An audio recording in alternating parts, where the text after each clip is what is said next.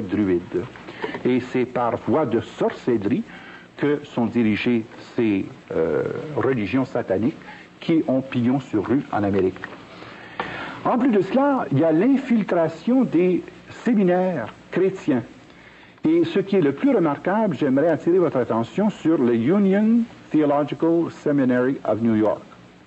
Parce que beaucoup de docteurs en théologie actuels reçoivent leur doctorat de cette institution, qui a été fondée précisément pour promouvoir le libéralisme théologique et pour promouvoir ces thèses qui viennent détruire la notion de Dieu Trinité et qui conduisent à Unity Church, Universal Church, de sorte qu'on en arrive par le plus bas dénominateur commun à avoir une seule Église mondiale, mais dont le God n'est pas Dieu Père, Fils et Esprit Saint, mais dont le God n'est autre que Lucifer. Pourquoi voulez-vous nous parler davantage du vestibule de l'Arbre d'Aquarius? Bien, parce que c'est par le truchement des vestibules d'Arbre d'Aquarius que nous avons été, en quelque sorte, exposés à un phénomène très important qui a pris, disons, la vedette publique lors de la publication d'une pleine page en nous disant que le Christ Maitreya était arrivé. Je ne sais pas si vous vous souvenez, et dans tous les journaux du monde, il y est paru un article pleine page du Maitreya, et le voici. Ici, j'ai l'édition de Montréal, samedi le 24 avril, la presse. Le Christ est ici maintenant. Ça m'a beaucoup intrigué lorsque ça parut, parce que la seule référence qu'on avait, c'était les Tara Center.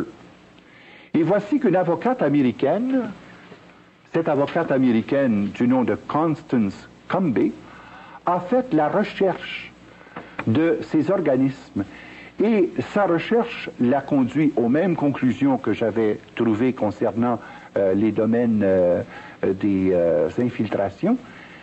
Pour One World Order, One World Church, et leur symbole est l'arc-en-ciel.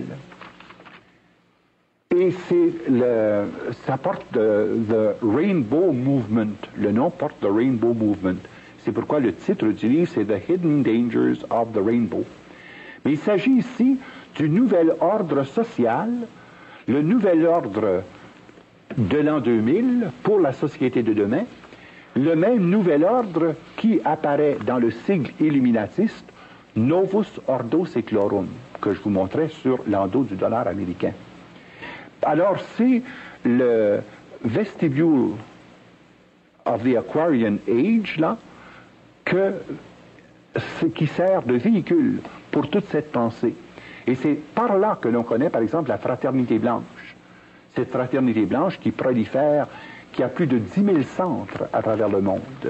C'est par le truchement de ce groupe du vestibule que nous arrive, par exemple, ce qu'on appelle the Aquarian Bible of Jesus Christ, qui est au fond la Bible satanique.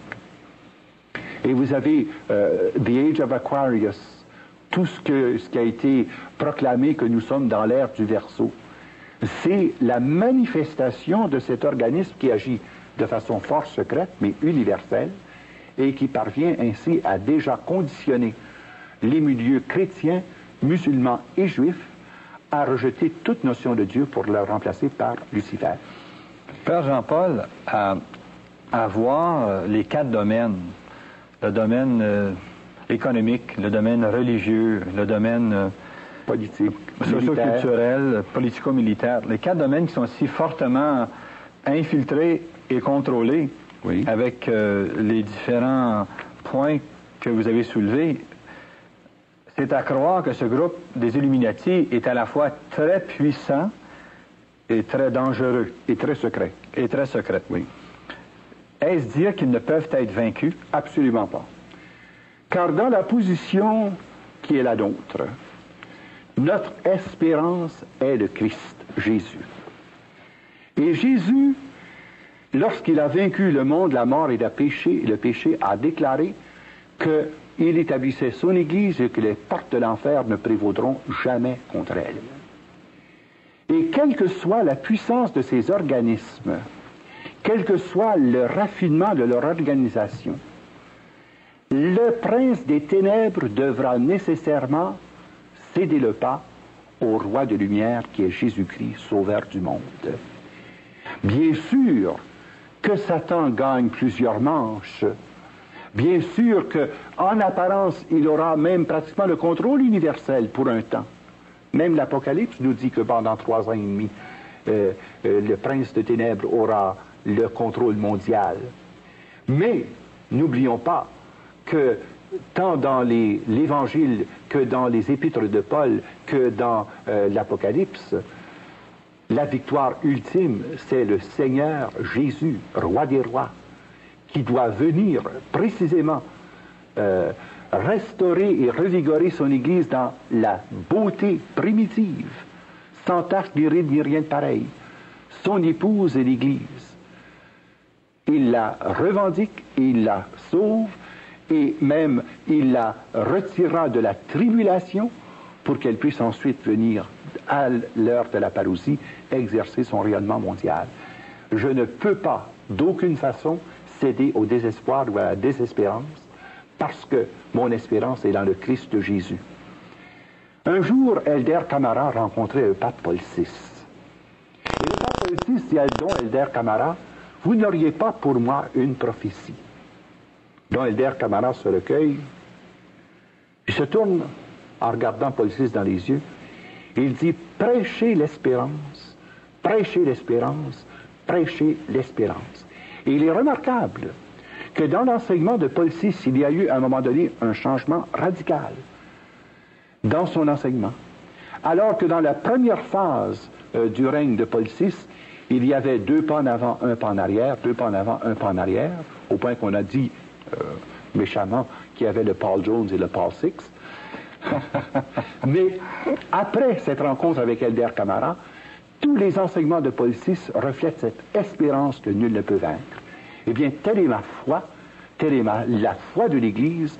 Jésus est vainqueur parce que Jésus est Seigneur. Et quelles que soient les puissances des ténèbres qui s'organisent et qui pour un temps semblent avoir le contrôle mondial, tout cela s'écroulera comme rien. Il n'en restera plus que ruine, car Jésus vient apporter au monde la solution par son royaume de vie et de vérité, par son royaume de grâce et de sainteté, par son royaume de justice, d'amour et de paix, dont nous sommes les artisans. C'est pourquoi il faut bâtir en 1983 les assises de l'Église de l'an 2000. Ma voix est celle de l'espérance en fixant mon regard sur Jésus, Seigneur, vainqueur et sauveur. Je ne peux pas ne pas avoir d'espérance.